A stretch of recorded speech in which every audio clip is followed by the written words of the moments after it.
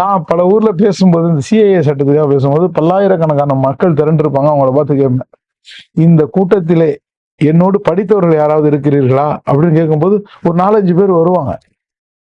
நான் உங்க வகுப்புலயே படிச்சேன்னு வந்த நண்பர்கள் இருக்கிறாங்க.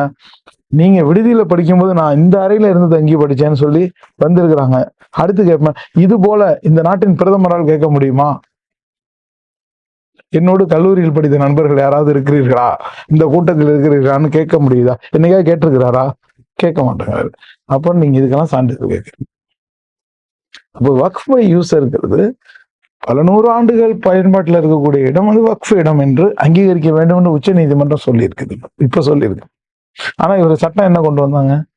அப்படி ஏற்றுக்கொள்ள முடியாது. நீங்க சான்றுகளை கொண்டு வாங்க, ஆவணங்களை கொண்டு வாங்க.